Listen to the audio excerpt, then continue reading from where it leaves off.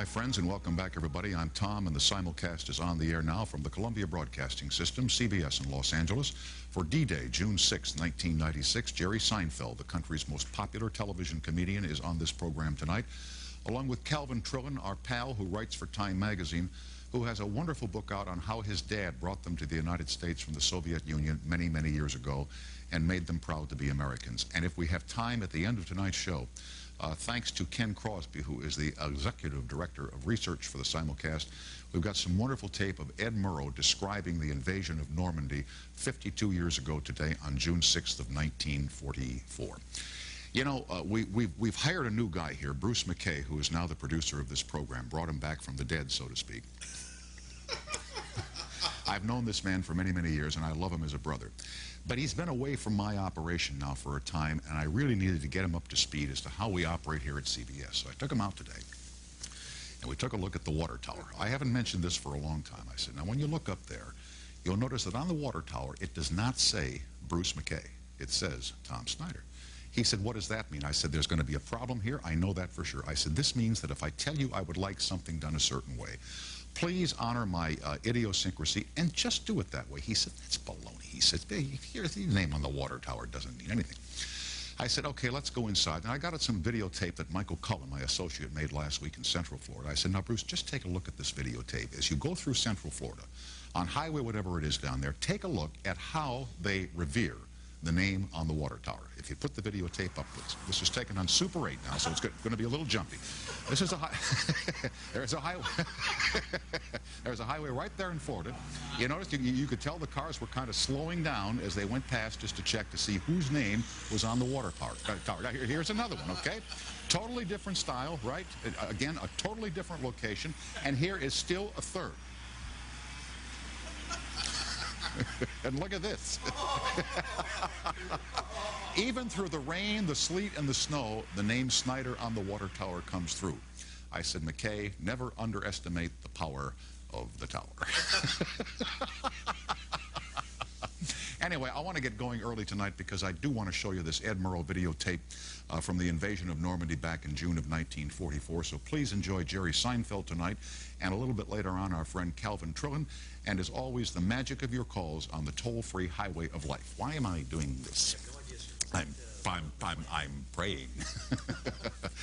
Settle back. Is everything in order, Mr. Kennedy? Absolutely. Very good, sir. All right, settle back, fire up the colortinis, watch the pictures as they fly through the air, and thanks for dialing us up, everybody.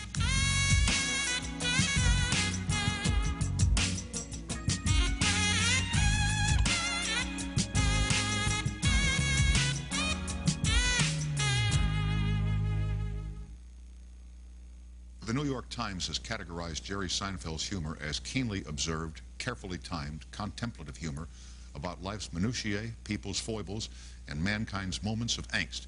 He is perhaps America's favorite comedian, as demonstrated by the fact that his book, Seinfeld Language, or Sign Language, was a bestseller, and that his TV show is one of television's all-time greatest successes. I know that you're tired of hearing it, and I thank you for coming over here tonight, and welcome to the competition at CBS. Just so tired of hearing that. Thank you. Thank you for having me. I was talking with Dr. Frank Field, the legendary broadcaster in New York television today, and he said, didn't Seinfeld used to come to visit us at NBC at 30 Rockefeller Plaza? And I said, I don't know. I will ask him. Did you ever hang around the television station there, Channel 4? That was the first thing I was going to tell you. You don't remember this. I would be amazed if you remember. When I was in college, yeah, I know. I came to NBC. Me and Chuck Scarborough and Frank. Yeah. How could you remember that? I remembered that because somebody reminded me of it when you went on to great success. I said, that was years before. 1975, 76. Right. Yeah. Wow, that's amazing. Before you got the job at the Bruin Burger on 55th and 3rd Avenue. That's right. Where you worked for a time. Oh, this is scary. So what did you think of TV when you came to NBC and saw it then? Were you just a kid in college? Well, at the time, you know, if someone had said to me, you know, I know a guy that could perhaps talk to someone and get you a job pulling cable, I would have said, well, what do I have to do? Yeah. And I would have been doing that the rest of my life because I was just so excited by it. So I never thought I'd ever do anything in show business. And when you're a comedian, you don't think you're in show business. Yeah, I understand what you're saying. Yeah. But you were a kid in Massapequa, Long Island, as I recall. Yeah. Your dad had a business as a house painter, sign painter back then. Sign painter, yeah. And was he a funny guy? Was there laughter in your home? Very funny. Yes, very, very funny. But I was never funny around my parents. I would never want to make them laugh. For somehow, I felt uncomfortable doing that. Yeah, I understand. But did your dad make you laugh? Oh, yeah. What would he do? He was a great joke teller, you know. You would tell him a joke, and then you would hear him tell it, and it was 12 minutes longer, you know, and much funnier. Yeah. And as you're growing up, who are your funny heroes? Who do you see on TV that really make you laugh? You say, this is something that interests me. Cosby. Cosby was really the guy when I was growing up. Those albums, I used to listen to those albums and was really hypnotized by just, because the Cosby style was very, it wasn't as jokey as a lot of the comedians I understand. It'd be more of a monologue or a story that might sometimes take him a long time to get to the punch, but when he got there, you knew something had happened. Yeah, and he had a way of deconstructing things that I really enjoyed. You know, he would take a scene and then he would take it apart, you know, and show you this piece and look at this piece. And that was, and you know, was another early influence of mine was Gene Shepard. I don't know if you're familiar with his from the radio, WOR radio. Sure, People of the Night, Yeah, he had a way of taking the ordinary and making it very dramatic. And I really sparked to that. And I would say he was probably one of my main influences. Gene Shepard. Your ambitions then were to be a comedian? Did you always want to do something that would be a presentation or performance? Or did you have other ambitions? Well, I wasn't a outgoing person. I didn't think I belonged on stage, didn't really want to do things like that, but I had all these ideas and I would write them down and I thought, well, what do you do with this stuff? You know, I could write an amusing column, I guess, and then I heard about this guy in New York, Andy Kaufman, who was playing the bongos and crying at the Improv. Right. And I thought, well, that sounds interesting. so we all trooped in one night and went to this dark little club and saw these people get up that were like in jeans and T-shirts, and we thought, well, this is some new thing, you know, that it was a new age comedy at the time, you know, that wasn't the way it was done. It was Ed Sullivan and those kind of guys. And so it just seemed like something I had to dive off that cliff. And see what would happen, you know, when you hit the water. But now you said to me that you weren't really an outgoing, extroverted kid. No? Yeah. No. Around my friends I was, but not around my parents. So when I told my mother that I had decided I wanted to become a comedian, she went, okay, you know, I mean... Sounds pretty funny to me. I'd never said anything funny around them, so they really thought this was a very strange choice for me. What most people don't understand, and I've learned over the years from knowing people who do what you do for a living, is when you go out to dinner or you're with people, you don't say something funny. You know, you do comedy when you're doing your program or when you're doing stand-up, and when you're having dinner, you have dinner. It's just kind of that simple. Well, I try and say something funny if I could think of something funny. If I thought of something funny right now, I'd say it. I know that you would. Was there anything funny about working at the Brew and Burger on 3rd Avenue and 55th Street? Well, I was working at night as a comedian at that time, so there were a few instances where I would walk over to a table and someone had just paid a $5 cover charge and a 2-drink minimum to see me the night before. Right. And they go, well, what kind of comedian are you? You know, I dropped 25 bucks on you last night and now you're slinging burgers? Yeah, you think you're going to get a tip? What are you, nuts? And then for a time you sold stuff on the streets of New York, I read. Yes, I did a lot of, I had about a 6-month period, 6 or 8 months there where I was kind of scrambling just to make the You know, when I lived in New York, you know, you'd walk the avenues and these guys are there, they're selling all these watches. They knock off your Seiko, they knock off your Piaget, they knock off all these watches. And I thought to myself, where does all this stuff come from? Like, did you sell jewels? I sold jewelry. I sold umbrellas in the rain. I would stand there in a slicker. By the way, I invented the twirling concept of twirling the umbrella while you're standing there so people see that you're selling them. You know what I started that. You probably also invented the concept that when it wasn't raining, the umbrellas were $1, and when it was raining, they were $10. Right. But now, the jewelry you sold, where does all that jewelry come from? Back of a truck. Yeah? Yeah. I really can't speak about it. And is it real? I don't want to put guys. What, are you kidding? I don't want to put guys in. Well, what do you think? We're going to be selling artificial diamonds? But then your first paying job would be at the clubs where you worked at night. So you paying where you got paid to perform. Yeah, $20, $30 here and there. And that was. I still have the $20 bill. I think my first $20 bill. I still have it. People say that about you. Yeah. No, they don't. And from the clubs to California, tell me about that trip. One day you say, I've got to go there. Yeah, I don't know what the hell I thought was out here. Well, you know, you go where the TV cameras are and the movie cameras. Something about cameras, you know. comedians, people that are not performing in front of cameras, really think that that's performing. And that when you're not doing it in front of a camera, it doesn't count. You're not really doing it. Which is wrong. Which is wrong. Because there's something very magical about doing it for an audience that is not, that doesn't happen in front of a camera. But, be that as it may, the lure for everyone was to come out here and, I don't know, just get on the Tonight Show. That seemed like the highest, farthest dream you could possibly dream. And in 1980, it was the great dream not only for yourself, but for David Letterman and for Jay Leno and for tens of comedians who said, you know, if I can get a spot with Johnny, and later with Dave, this is how you gain the entree to be where the cameras are. Right. Right, be around the cameras. You want to be where those cameras are. And eventually you would find yourself in front of the cameras of a probably well-remembered television sitcom called Benson. You were on that. Yeah, I was on that show for 3 episodes. And I was still living in, I was flying back and forth from New York. I would only come out here for a few weeks and I would go back to New York.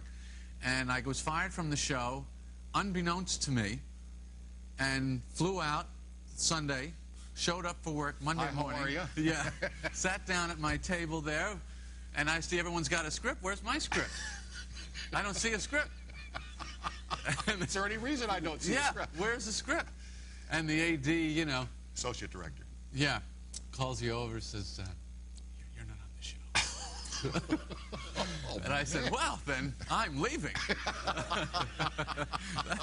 I was... Not enough. That's how they told you, no script. They forgot to tell me that somehow I didn't get the call.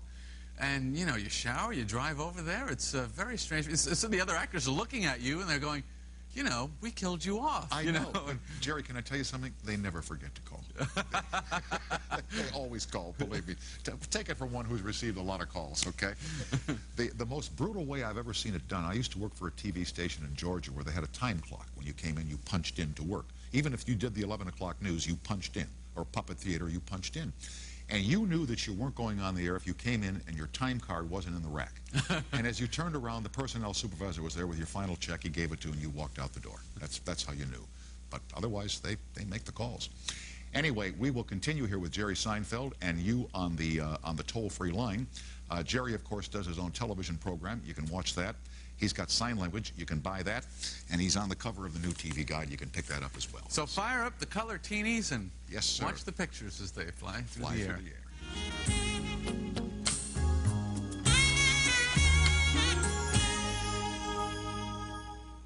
As I said to Mr. Seinfeld when he did his little color teeny routine, you know, you do yours, I'll do mine. Here is Stephanie on the toll-free in Lexington, Kentucky. Hi, and welcome to CBS, Steph. Yes, hello, Tom. Hello, Stephanie. I'm a big fan. I just want to say keep up the good work. Thank you, ma'am. You're welcome. I know you're dying to get to Jerry. Go. Yes, Jerry, I'm such a huge fan. I know you hear that all the time. Oh, thank you. I never heard it from you. Oh, well, that's true. Well, you have now. I just love your show, and I want to ask you when you're going to start doing movies. You know, I'd love to see you in a movie. Well, here's my feeling on movies.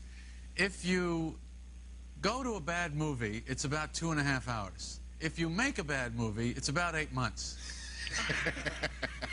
So I'm very careful about things that I do. That's why I'm on this program. And plus, right now, I haven't got the time because if I did a movie, I would be involved in it from day one and page one. And so that's going to be a big involved thing if I ever do it. And I'd have to wait till after the series is over. I'm sure it'll be. But thank you for trying to promote me. When you say until after the series is over, have you picked when that's going to be, or is any? No. I've told this story before, but to me it's like you're at dinner with friends and you're having coffee after the dinner, and you're sitting there, and there's that moment where somebody goes, "All right, let's go," you know. I got you. Yeah, very good. And nobody plans that moment, but you feel it, and everyone knows it. Everybody knows when it's time to get up and leave the dinner table. Yeah. So, Stephanie, I'm glad you called, and thanks for your compliments. Tom, can I just say to Jerry, I hope that you realize the joy that you bring to people with your show. I mean, I just don't want you to forget that. I mean, such joy. I mean, I love your show. It's like an addiction. I mean, I'm not crazy or anything. I just love it. Oh, well, that's sweet. Thank you. You're welcome. Good night, Stephanie. Good night, Tom. Bye-bye now. Bye. I notice that you always have a smile on your face. How do you do that? I don't like do it. Bill Clinton always had, well, he's the president. He should have a smile on his face. But I mean, like now, your teeth are showing. You have a, you're always like. Well, this is pretty cool, don't you think? I mean, here I am. I know. I'm making $500. I feel stupid when I'm like this. I'm making $519 here.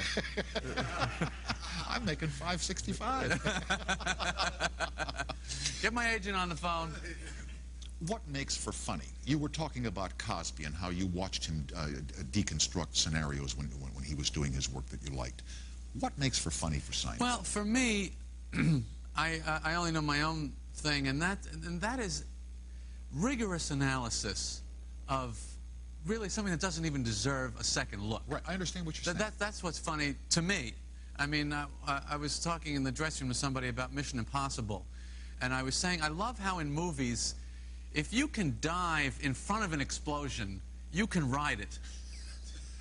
It seems to be the way that an explosion will never overtake you, because in the human mind, if I dive, nothing could catch up with that. Gotcha. You know, and that's my idea of looking at something that people don't look at. You know, if I watch your show, and I do, what strikes me about it is essentially a very simple premise every episode. There's not an awful lot of convoluted plot that we have to concern ourselves with, and it often reminds me, I say to myself, and tell me if I'm wrong, you've almost borrowed a little bit from Ozzie and Harriet. Remember, the whole episode was Ozzie lost the hammer. That was the whole thing for a half an hour, but it was funny and it worked. And in your case, it's Jerry's going out for a sandwich. That's all it is. Yeah, but it's not quite that, because it's got to be, for example, we did a show about waiting for a table in a Chinese restaurant. Okay. Yeah, right. Now, somehow that's funny, you know? Yes, it is. And then, I don't know why. We've all done it, though. Yeah, but it's not just because we've all done it. It's that certain thing. It's got to be plucked out of the whole field. You know, you got to find that one ear of corn that's... And do things happen to you or your writers in their real lives that you come in and say, man, have I got an... Yeah. Oh, yeah. Yeah. Sure. Most of the stuff is something that's happened to... Someone was talking today about they went to a doctor, and the doctor wrote down on the... She saw on her chart that it said difficult. You know, it was like the doctor was like... It was like a comment section in the report card. Yeah, grading. And it's like, well, what is that? You know? What do you mean difficult? I mean, you're supposed to be dealing with the medical problem. Doc, I'd like another opinion. Yeah. Well, here's one. You're ugly. Yeah. So that actually happened to her, and so, you know, that becomes an idea for something. Michael on the toll-free in Whitby, Ontario. Hi, and welcome to CBS. Hi, Tom. Hi, Jerry. I just thanks. wanted to say you guys do great jobs in both your shows. I watch you all the time. Thanks. I'm really nervous. Oh, don't be. You're among friends and simple folk here, Michael. Well, simple folk. I mean, Jerry Seinfeld's simple like American folk. My sisters and I, like, he's our hero and stuff. We've watched him ever since the first episode. If you're not up to this, there's a lot of people behind you.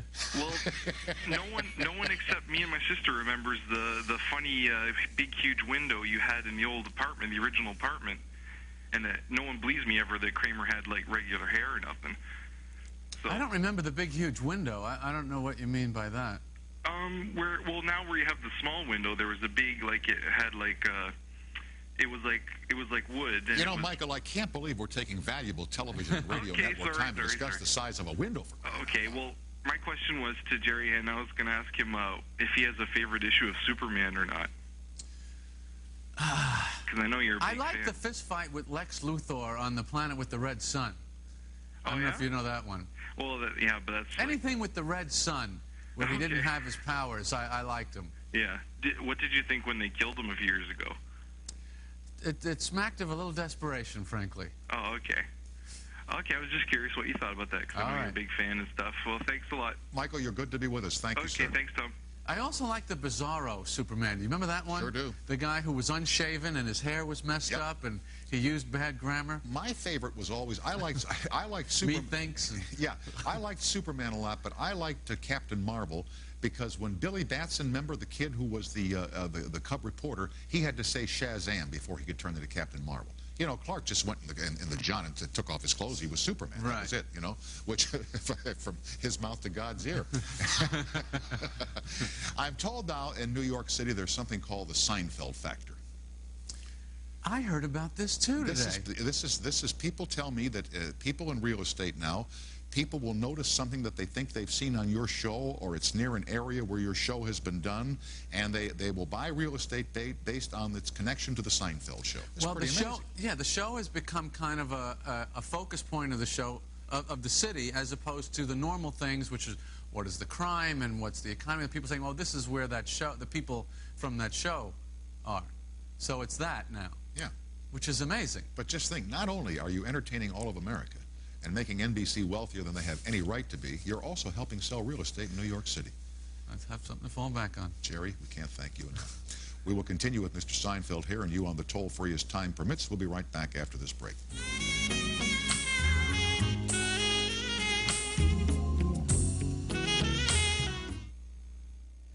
Kathy on the toll-free in Lunenburg, Nova Scotia. Hello. Hello. Hello. How are you doing tonight? I'm doing fine, thanks. How are you? Has anybody else done the Tom and Jerry bit yet tonight? Nobody's done Tom and Jerry. Well, hello, Tom. Hello, Jerry. We were hoping nobody would, but our I love your locks. Sorry. I'll get right to the question because I know there are probably other people. Wait, Kathy, Jerry had a message for you. Uh-oh. We're moving on. Go ahead, Kathy. No, it's okay. I was just wondering if you ever regret making yourself so accessible to the public. Because you've made the show about your own life, and there's no getting away from the fact that your character is also Jerry Seinfeld. How do you feel about people, you know, that we feel like we're in your lives? Yeah, no, that's an interesting question, and I actually feel that it makes it easier that way because I have nothing to hide, and no one's going to see anything that they don't expect to see. And it's always, to me, it's always been easier to be myself, which is why I wanted to be a comedian, and why when I did the show I didn't play a teacher. Because I know this routine, you know. Well, we do appreciate it. It's easy. Yeah, we do appreciate it. Thank you. It's very nice to have someone play themselves. Yeah, it's very relaxing for me. You know, everybody else is thinking about their character. You don't need any motivation whatsoever. Do No, you? I just walk from the other side of the cameras to this side. You know, well, I'm talking now, I'm talking there. Well, what's the difference? Yeah, what's the difference? Anyway, It's Kathy, really just lazy. As Jerry says, Jerry says he loves your locks. Thanks a lot. Good night, Kath. Good night. How do you manage to keep private stuff private and public stuff public? You know what I'm saying? There's the public you, and I know you're very giving with people who want to take your picture. As you demonstrated, I'm told, walking in this building tonight, there were 100 people looking to take Jerry Seinfeld's picture, and you allow them to do that. How do you keep private what you want to keep private? Don't have anything private that needs to be private. You know what I mean? I mean, I'm not, there's nothing about my life that you would see out in public that embarrasses me or makes me uncomfortable, you know. So I suppose if there were, that I would have some tension there, but you know, I'm just living. Is it easier for you to stop and have your picture taken when you're by yourself as opposed to when you're with somebody, possibly a lady friend, a couple of friends, whatever? It's much easier to be with people. When I'm is. out on my own, that's a little scary because you have no excuse really to get away. People can corner you and you can't get away, and that can be, and they have the advantage, which is the difficult thing. When, you know, they know me, people come up to me and they just start talking to me. Yeah. You know, and I always say, just, if I could just get an excuse me before the, so in episode 7 last year, you know, we're walking together and we're talking. And what is the best thing about celebrity? What's Well, everything. I would say celebrity is 99% great. And I can't stand celebrities that whine about being celebrities because the power and the perks, I mean, it's unbelievable. Flights, rental cars, hotels, restaurants, movies, whatever the difficulty is, the person behind the counter is really going to try and help you now. Yeah. And this is fantastic to me. Do you find, for example, that when you give your American Express card, yes, I don't have to say, do you know me? and yours probably would never come back saying, I'm sorry, this card is unvalid or right. Overpriced. That would not happen to your card. It better not, huh? That has happened to me. That has happened to me, yeah. And I just said, do you have any idea who I am? Gene, New Bedford, Massachusetts. Hi. Hi. Yes, Hello, Gene. Tom. How are you? Go ahead, Gene. Jerry, I just was wondering your opinion on the article in TV Guide that put I your show considered it up a against slap the in the greatest. face. What was that? No, I'm just kidding. Go ahead. That put your show up against the greatest honeymooners. I always liked All in the Family. I just wanted how you felt about how your show stacked up. Oh, well, it's, I felt... I know it's tough to rate yourself, but... I would never compare myself to any of those shows. I would. I think. Okay, Tom, what would your opinion be? Well, what would your opinion be too, Gene? But I think 20 years from now, or when enough time has passed that this program is viewed as The Honeymooners is viewed, as Jack Benny is viewed, as I Love Lucy is viewed now, this show will be revered. This will be honored by the Broadcast Museum of the future as one of the greats of all time. There's well, then I'm not making enough money. I would have to think so. I am not. As a matter of fact, you're not. But I mean, $519. But neither did Jackie Gleason make enough money, or Milton Berle make enough. No, I'm just kidding. I'm very happy with whatever I make. I don't even know what it is. Yeah. But just to be compared with those shows is, and it's a cliche, I know, but is overwhelming. It's overwhelming. Jane, you can't really feel the feeling of how good it is being in it yourself. No, it's not good to think about things like that. I'm a firm believer in, hey, look, we're not hitting any traffic, you know. I don't say things like that. Anyway, okay. Gene, thanks for calling. Thank you. Have a nice evening, sir. You too. And life after Seinfeld is? I would really like to get back to being a real stand-up comedian again. Okay. And really be talking about what people are thinking about and speaking as a person of my age in this year, because my act has not been. An act has to be on a respirator all the time. Mm-hmm. It has to be constantly being pumped oxygen. Yep. And working on the show, I don't get to do that, and I miss that, and I feel like my act is behind me now, and I wanted to catch up with my life and the way I think now and the way the world is now. And I miss that experience of just performing live. And I love to play old vaudeville houses. That's what I like to do. Well, I hope you get to do that when you want to, but I hope you stay at the table for some time to come. Thanks so much for coming over tonight. Oh, thanks, we think the world of you here, as we have since you visited us back at NBC when we were all kids, and much success, and thanks again for joining us. My pleasure. Jerry Seinfeld is the guest. Calvin Trillin is right around the corner. We'll be right back after this short break. Jerry.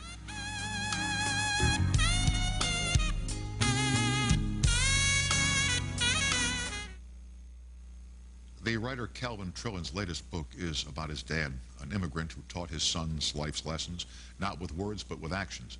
The book is called Messages from My Father. It's nice to have you back, Calvin, and thanks for joining us. So the Trillinskis come to the United States. Huh? When did this little hegira begin for your family? Well, this happened in about 1907 with my grandfather and my Uncle Benny. His brother-in-law came. I know this precisely now because some man in California was nice enough to get the boat manifest for me. The immigration has them listed. They lived in Kiev, in the Ukraine, or near Kiev, as they always said. And when I was a boy, I thought that meant they were from the suburbs, but they weren't from the suburbs. And they went from there to Galveston, Texas, and then to St. Joe. Not to Ellis Island, huh?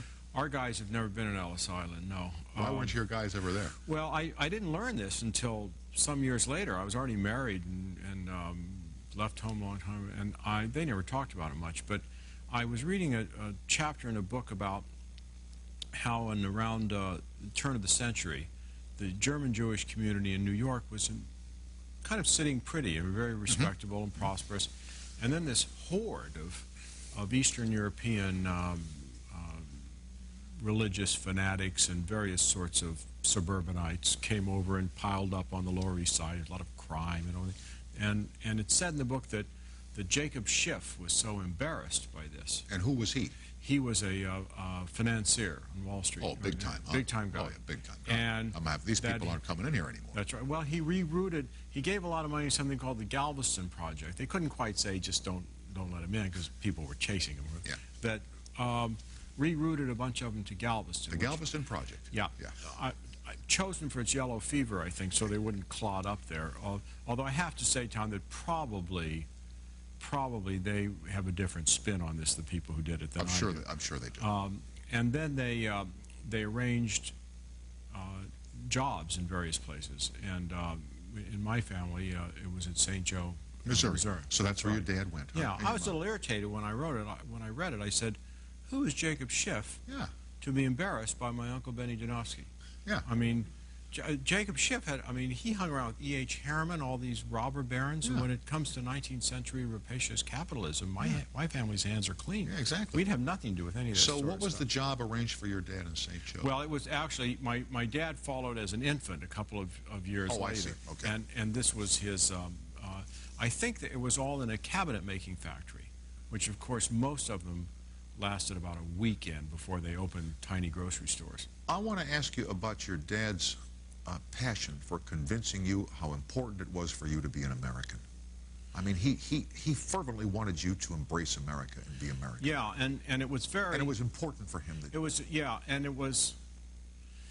He seemed totally American himself. I mean, and superficially, he had grown up, after all, in St. Joe. He spoke very much like Harry Truman did and used phrases like, haven't had so much fun since the hogs ate my little sister, and stuff like that. So you know, you didn't look at him and say Fiddler on the Roof or anything like that. I mean, he seemed very American, and I don't think I realized until I looked back on it and started doing the book how conscious he was of that, of being an American. And he had a view of America that he really sort of bought the package. I mean, he thought that it was possible to do anything here.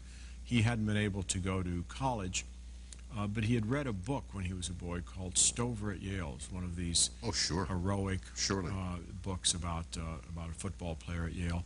And he decided that I was going to go to Yale. Yeah, so he had a blueprint. If I read the whole thing, your Clifton, he had a blueprint for your entire life. Absolutely. And Yale was Yale from the start, although my father, who had sworn off a lot of things, was very interested in things. Briefly was interested in Princeton because the guy at the 4th straight college night we went to at my high school told them that Princeton didn't allow undergraduates to have automobiles. And a total prohibition really impressed my father. I mean, banning anything was good. He liked that idea, showed character, right. Yeah, so, was he a strict dad? No, you know, he really wasn't, except that in a way of obvious, you know, lots of rules and everything like that, he was... I say in the book, he was honest, if not to a fault, at least to a point of irritation, if you were his son. I mean, I think that I've never had anybody challenge this. I believe that I am the only person in the history of the Midwest, the only boy who did not drive a day before his 16th birthday because it was against the law. I mean, and, you know, after you're 12, you have to pay full fare at the movies because if not, you know, you're cheating. So he was strict on those sort of things. So he played by the rules. He knew what the rules were. And he did not have a sliding scale of. I mean, he was right and wrong. Not a lot of gray areas. What about? Did he ever talk to you about sex? Well, one night before they were going out, my parents, when they didn't go out that often, but one night before they were going out, he gave me a book of what looked to me like it was one of those old-fashioned books. It looked like. Explanation of something like plant fertilization techniques or something like that.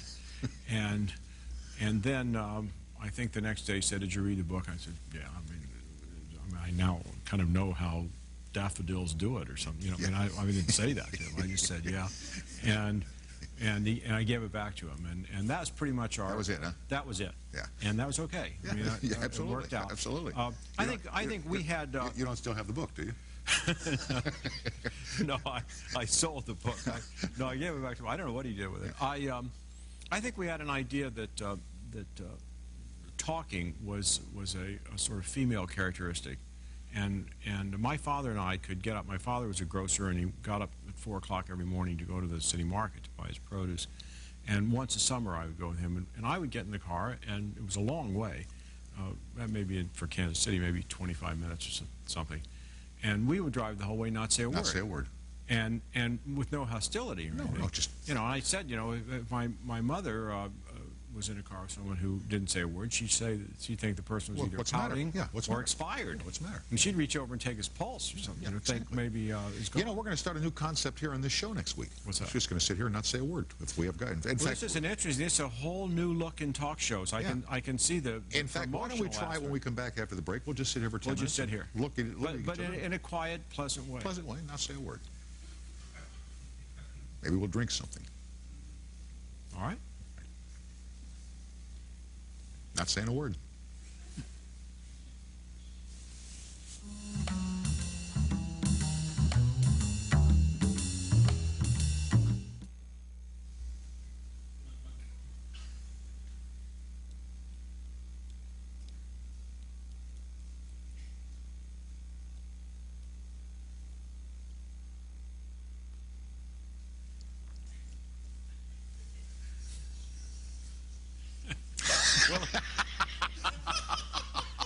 I was going to say, it's your show, Tom. We could go another segment that way. You know, I was thinking many a night we've talked for the whole hour here and nothing's been said anyway, Right. so we might as well. Might as well just be quiet. Here is Billy on the toll-free in Deerfield, Illinois. Hi. Hi, Tom. Hi, Bill. How are you? I'm okay, thanks. How about yourself? I'm a big fan, Tom. I've been trying to get through for a long time. It's Thanks, great Billy. to I'm glad you made it tonight. Say hi to Calvin Trillin. Hi, Calvin. How are you? Fine, thanks. I just got your book. I'm through the first part of it. I'm enjoying it tremendously. Billy, isn't it just wonderful? It really is. Have you gotten to the part yet about the marching bands?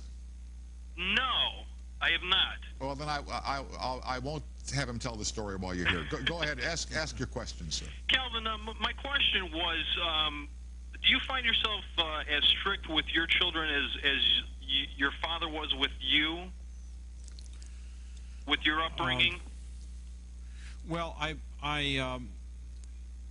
think I tried. My kids are grown now, but I say in the book that upbringings, I think, if you listen to people talk about their childhoods, that most upbringings have themes.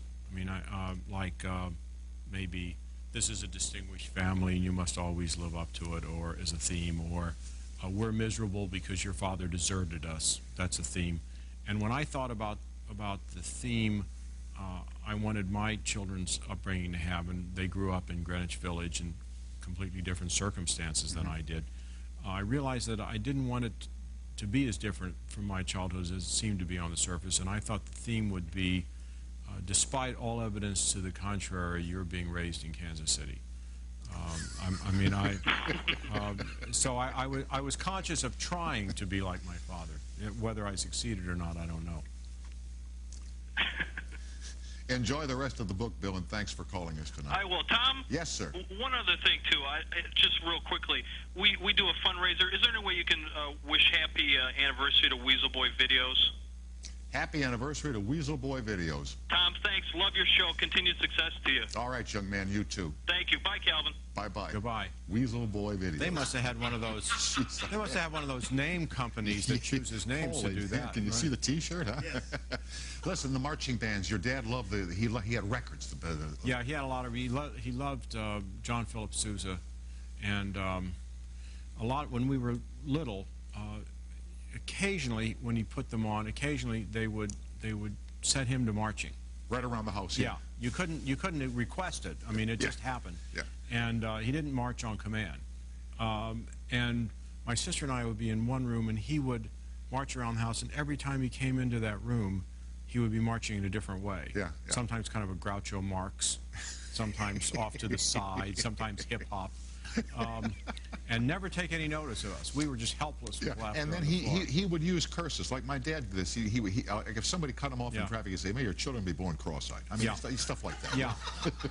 That's just the kind of curse my father not only liked and used, but collected. I mean, he loved curses.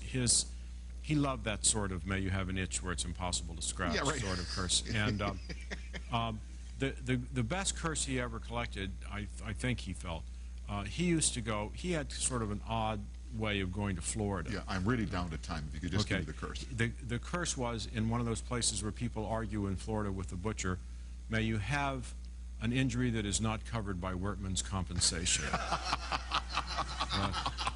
I like you, and I think I love your father. Thanks for joining us tonight, Calvin. Thank you. My pleasure. Calvin Trillin is the guest, and the book is called Messages from My Father. If you've got one, don't miss this. We'll be right back. When Edward R. Murrow described the landing at D-Day for CBS Radio, he didn't have the benefit of cameras and television film, so he created word pictures on radio. And here is how he described that historic invasion that took place 52 years ago today. All day, Allied heavy bombers have been operating in support of the ground troops. They have encountered no fighter opposition. The action so far seems to have been almost too easy. The reputation of the German armies is still considerable, and there is no disposition to discount their power to hit back. And there is no official admission that our bridgehead is free from concentrated artillery fire. But the general impression is that we are now in a position to start pouring the material ashore. To all who fought the war, thank you for saving the world. Next week, Robert Blake, Third Rock's French Stewart, Ben Stiller, and more. Good night, and have a great weekend, folks.